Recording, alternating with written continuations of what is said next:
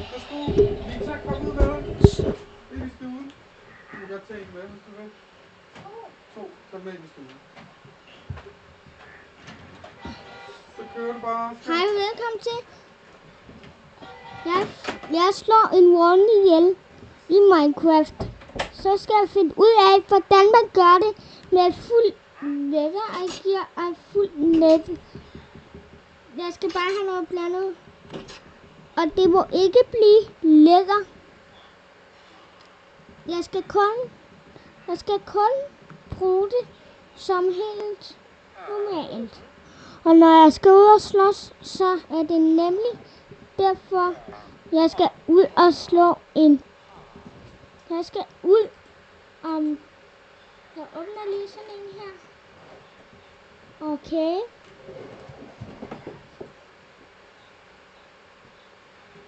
Så står der her. Name tag. Hovsa. Jeg er lige nu til at finde ud af, hvordan det her sker. Jeg finder lige ud af, hvordan man vil ægte. Jeg skal lige finde ud af, hvor jeg vil smide hernede. Nej. Ikke du svær, men kun pickaxe. Jo.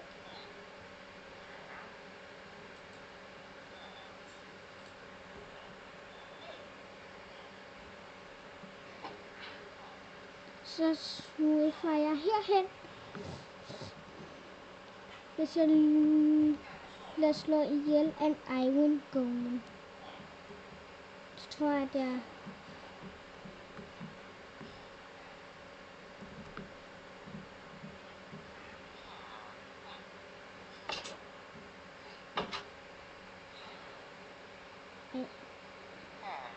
Så skal jeg spænde mig. Så går jeg her. Fordi her skal man passe på. Fordi der, men man skal passe på her. Fordi der dukker der monstre op, der er ude på at slå dig ihjel.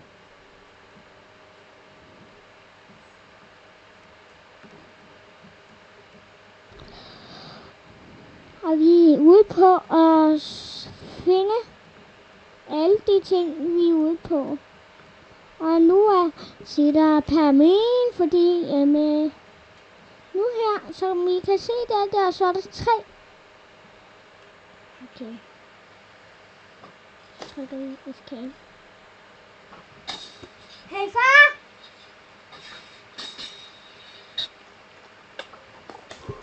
Nej, nu dør jeg! Jeg tror, jeg allerede er død nu. Jeg døde inde i vidunderverdenen. Det er okay. Og jeg havde et diamantsværd.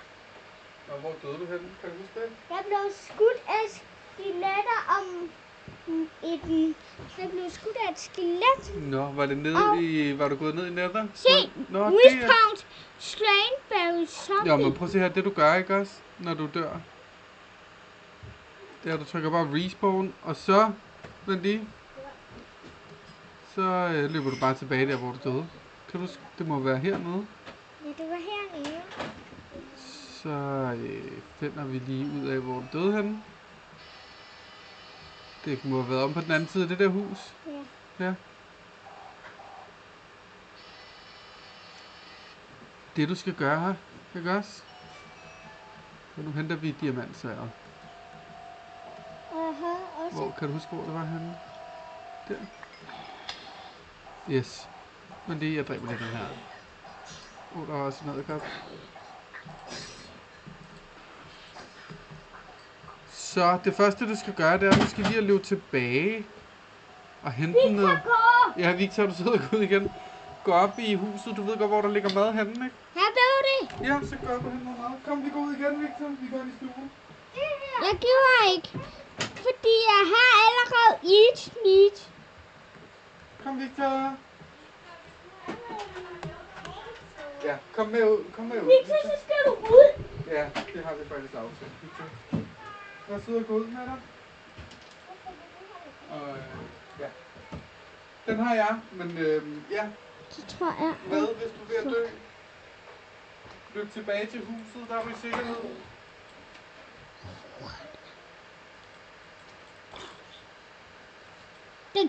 Den tog bare ned, og så slog jeg den samtidig.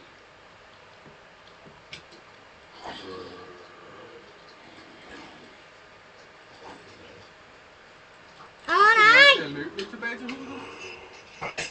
Løber. Og nu løber du væk fra huset.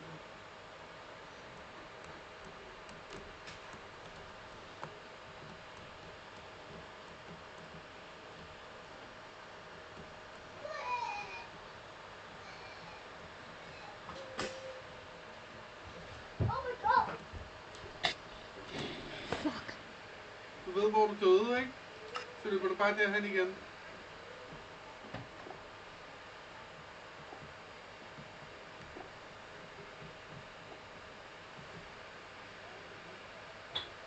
Okay, jeg skal optune mig i kassen.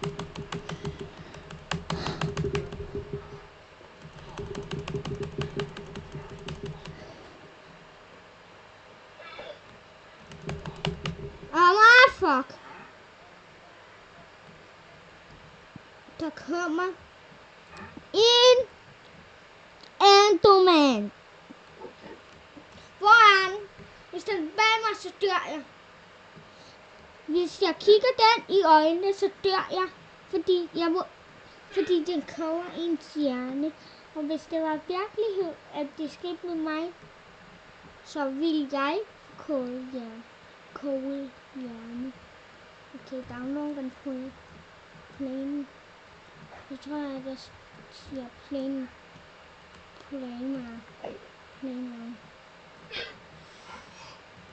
Så tror jeg, at jeg vil lige... fuck. Ustabilt. Men sandligt. Nej, den er gal på mig. Den er gal.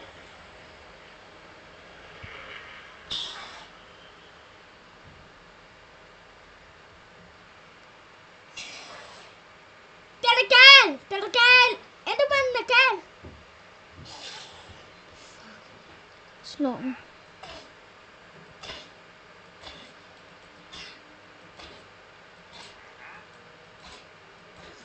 Er du bange for mig nu, Enderman? Så kan du se. Så kan du lære det for din mor. Hvor er den?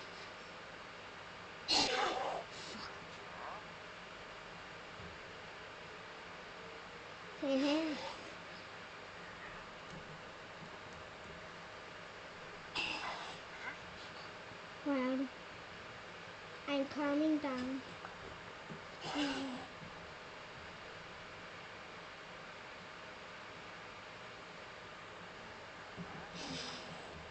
Jeg kan godt høre dig, men ikke se dig. Hvis du er herinde, så dør jeg. Jeg dør kun på et slag af en Enderman. Okay, vi skal herinde i den her cave. Endelig. Fuck. Jeg skynder mig ud herfra. Der er bare Endermanden, og den slår mig ihjel næsten. Så er det, hvis det er, at der dropper den. Fuck. Så er jeg færdig. Hvad er der her? Redstone diced. Mitzi. Oak spætting. Leaflitter. Okay. Vi skal have stone slab.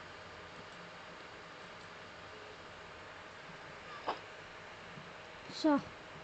Nu handler det bare, at jeg skal ud herfra, inden monstrene, eller hvis der kommer en creeper efter mig, så Så trykker jeg på helt. Så gør jeg det her, hvis der er monstre. Der er nogle monstre, der er udødelige om dagen. Det er creepers og zombier og walkens og wither skeletter. Der er inde i Minecraft. Så hopper vi glæden stop.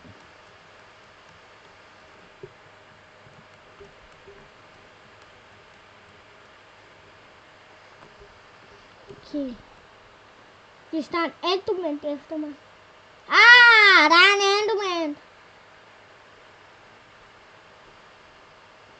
Okay, så finder vi lige ud af, hvordan vi gør det her i test. Jeg tror, hvad gør vi nu? Så gør vi. Fuck, der er en enderman. Jeg vil ikke kigge dig i øjnene. Jeg gør der ikke noget, det lover jeg. Okay, der var min ting. Nu er kun level 3. Det var sørgeligt, men jeg synes, det var...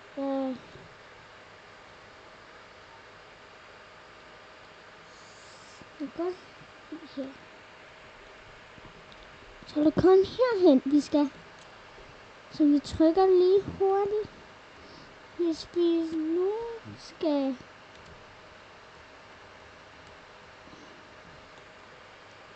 Okay. Hvad gør vi så nu?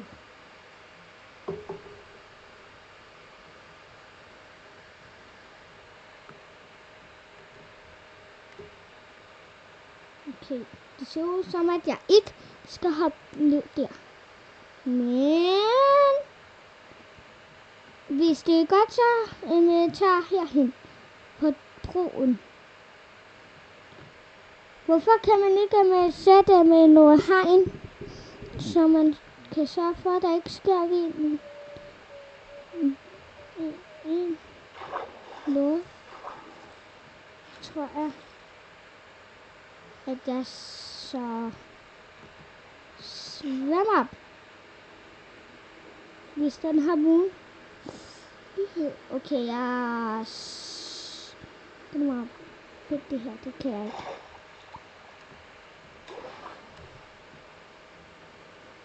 Det her, det er dumt. Jeg hørte faktisk, at der var en drag. Det har også drager heroppe, fordi jeg skal fortælle dig, hvem der er kommet en lille Minecraft. Fuck. En dag, nu ved jeg, at man hopper ned. Så finder man ned. Det er heldigvis en serie.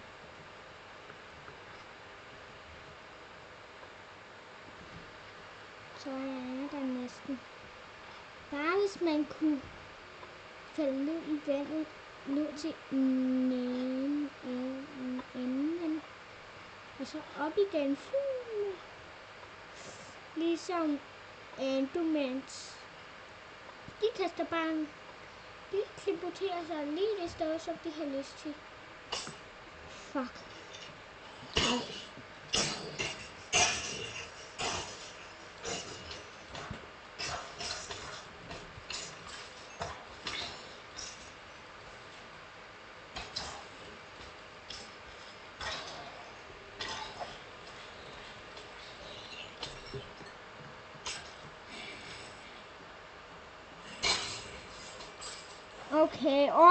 Okay.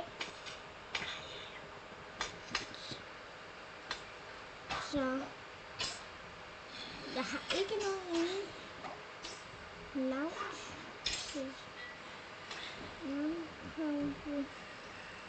Så mangler vi sand for at bygge TNT's.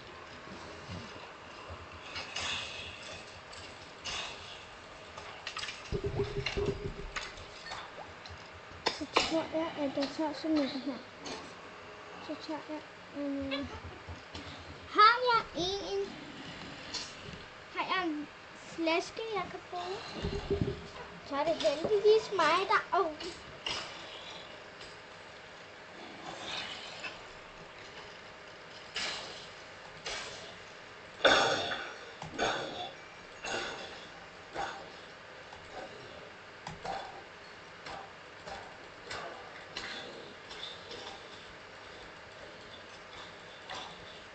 Okay. Det her, det er let nok. Okay, det bliver lidt svært. Og i dag kommer dagens joker op på skærmen, som der er Alexander Husum, som der skrev. Hvad siger Shady MC, når han har når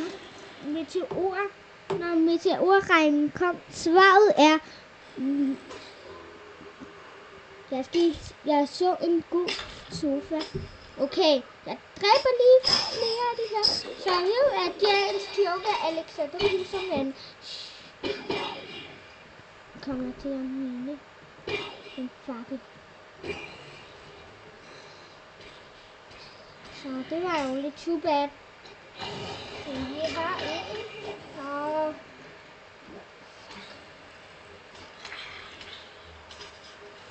der er en chicken jockey. Okay, det var ikke en chicken jockey.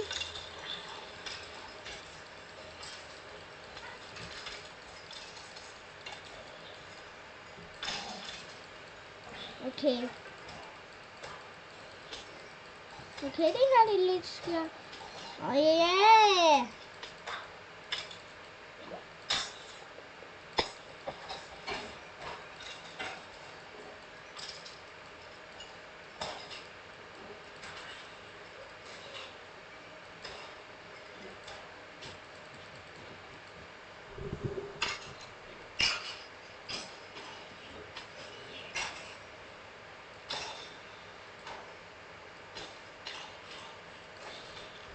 Til at vi får noget ind på vores inventory.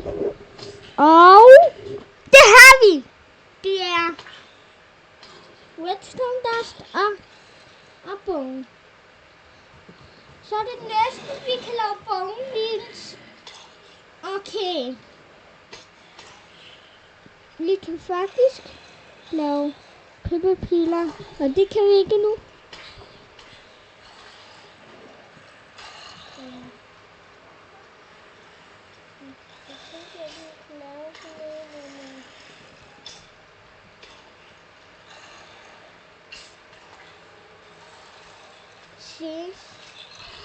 Fordi vi har egen. Vi klikker lige. Så tager vi det. En og vi har råd til 3. Og så går vi ind på vores inventory. Og der er nok den her. Yes. Okay.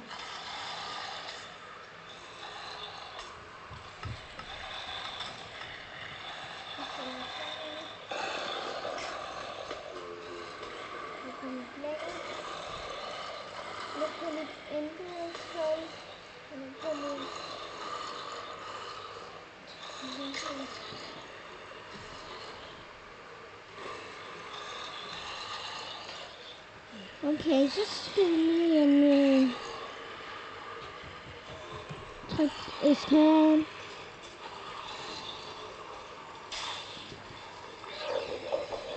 Okay, der er Monster Party. Det siger jeg bare, hvis man ikke skulle tro det her. Oh my god, det her det tager lang tid, siger jeg bare. Okay, det her det er lang tid.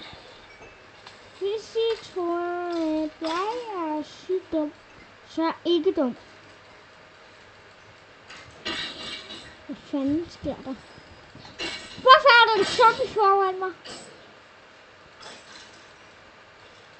Så mange liv.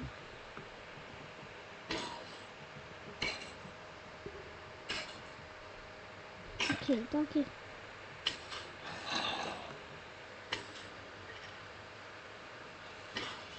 Carry and the bow.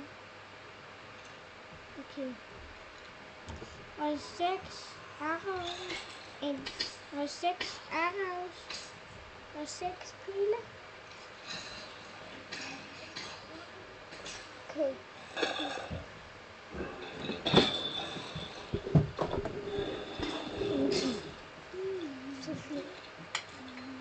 Og hvis I har lyst, så må I godt sige hej til min lillebror. Hej. Altså, I kan have det godt, så skal I også sige hej. Super.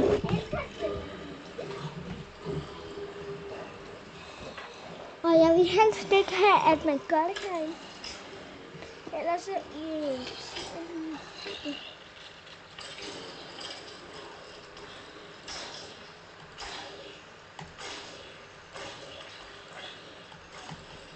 oh shit, a pudel. Oh my god. Jeg er kommet op i level 28. Nu 29. Okay, nu sker det her. Nå, lidt højere level. Jeg skal kun skaffe mig op til 57. What? Wait. En zombie med et rotten-hoved. Okay, så dør det. Jeg vidste ikke, at de findes. It's a witch!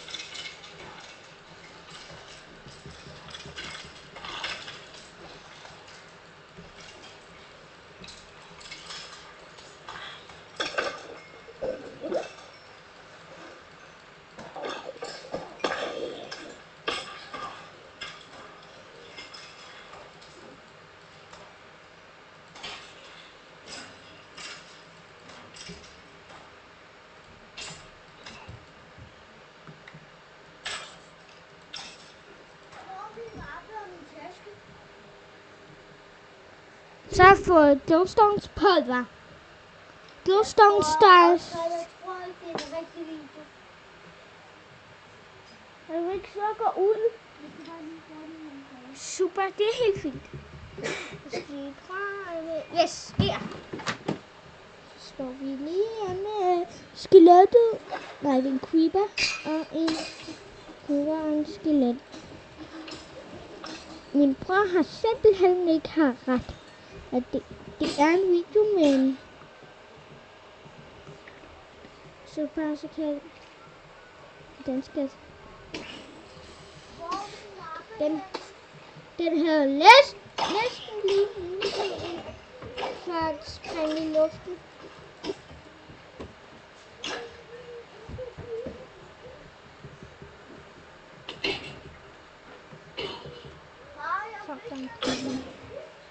I fucked up.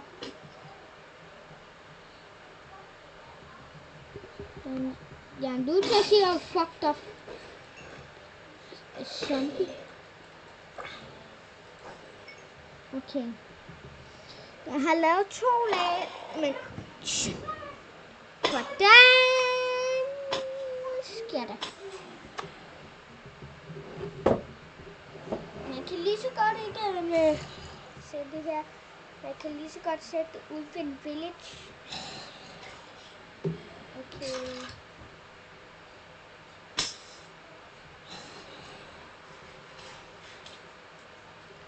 Nej. Det var ikke godt. Et spiderkopper. Et spider. Skal vi til nu? Kæmpe er forgiftet. Okay, så spiser jeg bare drogeflæs. Okay, nu kommer det.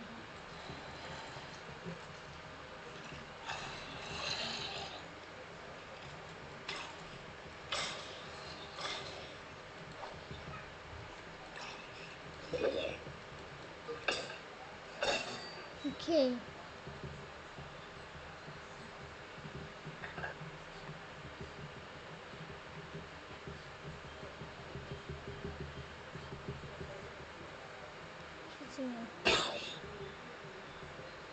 Tak for videoen alle sammen.